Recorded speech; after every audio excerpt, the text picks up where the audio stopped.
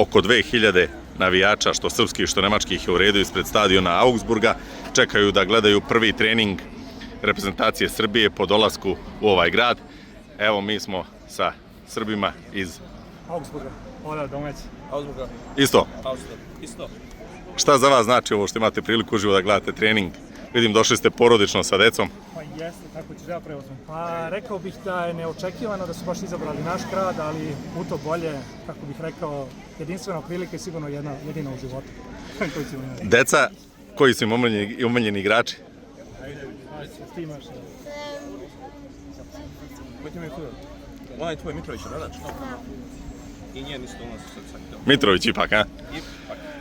Kako su očekivanja od reprezentacije Srbije za... A evo, kolega je sad malo pre rekao, baš bili bi zadovoljni da prođemo grupu, a sve što nakon grupe sledi je bonus. Što se mene tiče, možemo i do četvrtfinala, polufinala sigurno. Kako prođemo grupnu fazu? Koliko ima Srba u Augsburgu, znate li? Otprilike. To se menja iz godine u godinu sve više i više. Tako ću reći, sad brojkama ne mogu tačno vam kažem.